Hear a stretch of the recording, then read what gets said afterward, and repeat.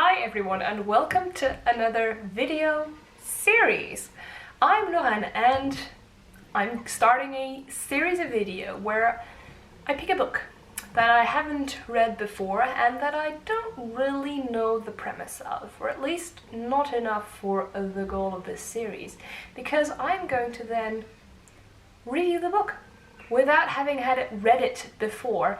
I'll film that review, obviously, and then only will I actually read the book and review my own review. I'm going to divide the reviews into 4 sections every time. I'm going to start talking about the plot, then I'll discuss the things that I liked about the book, the things that I did not like about the book, and I'll finish off with a sort of overall opinion. The book that I've chosen for this first video is The Glass Hotel by Emily St John Mandel. I've never read any of Emily St John Mandel's books. I know the popular ones are The Glass Hotel and Station 11 most of all, and she's also recently brought out a new book that I think is called The Sea of Tranquility, or that one came out last year, something like that. Anyway, I've never read any of her books, but usually when I've seen reviews, people were mostly positive. I don't recall any of the plot, so let's go to my pre-recorded video, watch that together.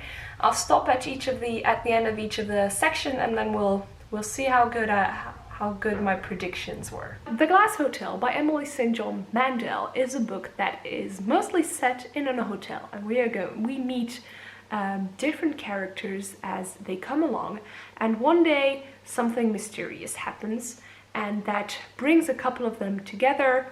They're thrown together in a bunch. They kind of discover one another's secrets. It's set in a kind of post-apocalyptic world that resembles that of Station 11 that I haven't read but heard it was post-apocalyptic. And so these different people that have been thrown together, we mainly follow 2 main characters. They have had different ways to cope with this post-apocalyptic world, and they're going to try to at the same time keep their secrets but also discover what is going about in this mysterious hotel. So yeah, no, that is not what happens in the book. Yes, there is a glass hotel. We could kind of say that there are 2 characters that are the main characters. But it's not at all set in a post-apocalyptic world. I don't know why I invented that. I think the whole Station 11 completely messed up my jam. So this world, the book is actually about a couple of characters, and their lives are loosely woven together. There is a brother and a sister. There is the husband of one of the women. There are connections between them, but we always see character for character as they go along in their life. It's set surrounding the time of the 2008 financial crisis, and one of the characters is involved in a Ponzi scheme. It's one of those books where you really see characters as they struggle through life, and how they're all rather complex beings and are not necessarily making the right decisions at every turn.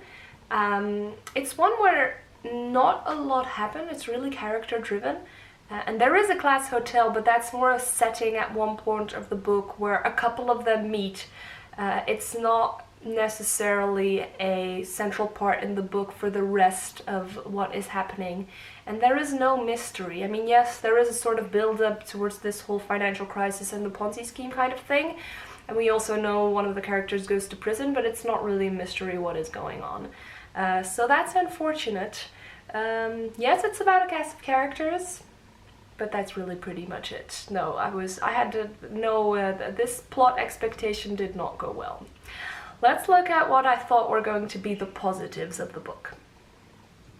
I absolutely loved the writing. I thought it was very simple but descriptive at the same time, if that makes sense. So yeah, I assume we could say that the writing was simple but descriptive, but I can't say that I liked it. Maybe the writing and the plot is all very detached. It's all about these, maybe because of the characters being all of these really detached people. The writing was also, I really didn't feel invested in any of these people I wasn't very interested in. I think the writing, being in this detached style, had to do with that. So unfortunately, I did not like the writing. I don't think it's bad. I definitely think it's a me thing. It's not, I think it was a very clean type of writing. There wasn't anything bad with it. It's just that this detached style does not work for me. Let's see about the negatives then. And upon out, this is not going very well.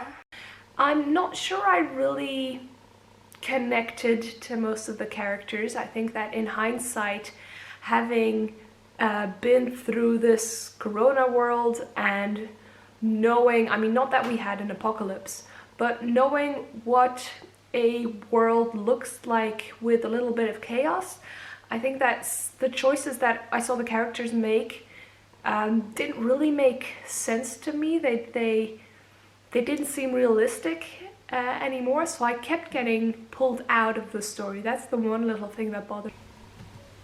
Interesting. So yes, I did not feel connected to the character, but it's actually the opposite reason of what I thought it was going to be, because I didn't feel connected to the characters because they were actually very real and very flawed and not super interesting in the ways that a random person will have a life that can be so different from yours that you don't see any connection between the two.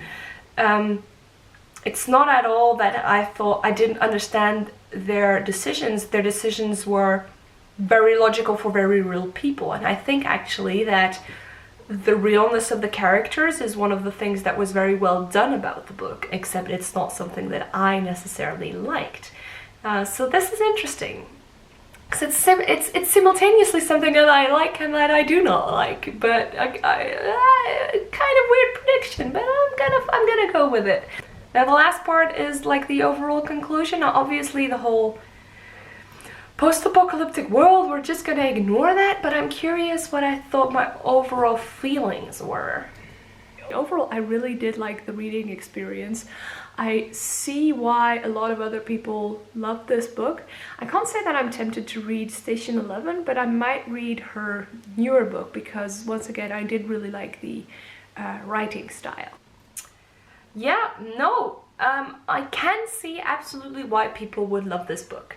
I see that there's a lot of people that like flawed characters, these very real characters that are just this detached feeling that was very strong in the book, but that is not what I am looking for. So while, yes, I do understand, I can't say I liked my reading experience.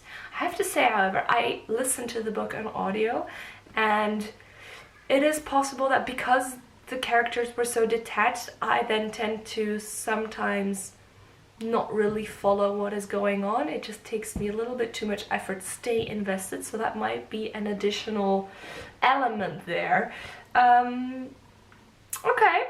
interesting. I love seeing my review back because there were some elements that I had predicted, mostly the characters part, but my opinion about that was not what I expected it to be. But you'd expect the things that I think the book is going to be with that to be wrong, but then my opinion about those things to be what they are, because I've never liked detached characters, so why would I now suddenly kind of like it?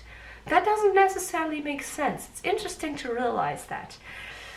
Overall, so like I said, overall I didn't necessarily like the book, but the reading experience, having reviewed it previously, that was interesting, because while I was listening to it, I thought, nope, this is not what I thought. I was a lot more aware of my own expectations and how that also colored my reading experience. So I'm definitely going to do this again. I have an idea for the next book that I'm going to review before actually reading it, but if there's any that you'd be interested in, let me know. But we're probably going to go with a Russian classic. I'll talk to you in the comments. See you next video. Bye. Ba-chum, ba-chum, chum.